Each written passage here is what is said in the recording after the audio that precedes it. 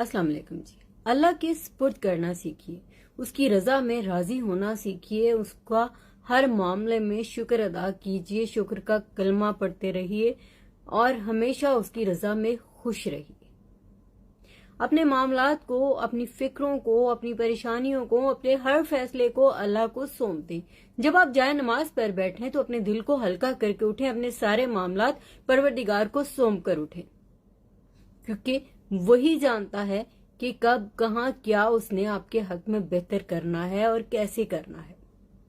आपकी सिर्फ नीयत, अच्छी नीयत, वही आपके काम आने वाली है। बाकी मामलात सारे के सारे रब पर छोड़ दीजिए।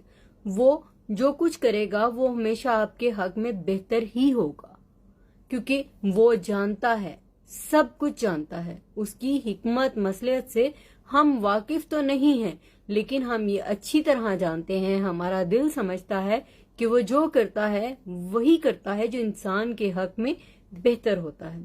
इसलिए अपने सारी फिक्रें, सारी परेशानियां, सारे मामलात अल्लाह के सुपुर्द कर दीजिए।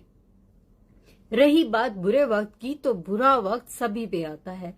बुरा वक्त सिर्फ इसलिए नहीं आता कि हम ये देख सकें कि कौन हमारे साथ है और कौन हमारे साथ नहीं है, कौन हमारे हक में है और कौन हमारे हक में नहीं है, बल्कि बुरा वक्त इसलिए भी आता है कि हम ये भी देख सकें कि बुरे वक्त में हमारे कदम तो डगमगाते नहीं हैं, कहीं हम सही रास्ता छोड़कर गलत रास्ता तो नहीं अपनाते, कहीं हम राह हक से भटक कर शैतान का रास्ता तो नहीं पकड़ लेते, कहीं हम सही बात छोड़कर गलत बात की तरफ तो नहीं चल पड़ते। बुरा वक्त हमें ये दिखाने के लिए आता है कि हम अपनी पहचान कर सके कि हम कैसे इंसान हैं।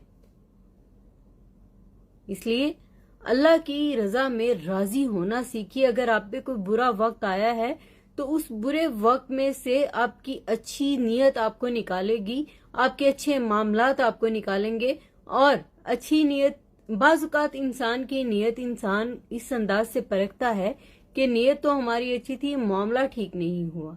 अगर आप उस सारी बात की गहराई में जाएं तो सारे मामलात आपके हक में जाते हैं, क्योंकि परवरदिगार जो करता है वो बेहतर से बेहतरीन करता है। इसलिए उसकी रजा में राजी रहिए, गिले शिकवे करना छोड़ दीजिए। जाए नमाज से उठते हुए अपना सारा बोझ, अपनी सारी फिक्रें, अपनी सारी परेशानियां रब को सौंप कर उठें और बेफिक्र होकर सिर्फ शुक्र का कलमा पढ़िए। आपके सारे मामलात ठीक हो जाएंगे। खुश रहिए जहां भी रहिए।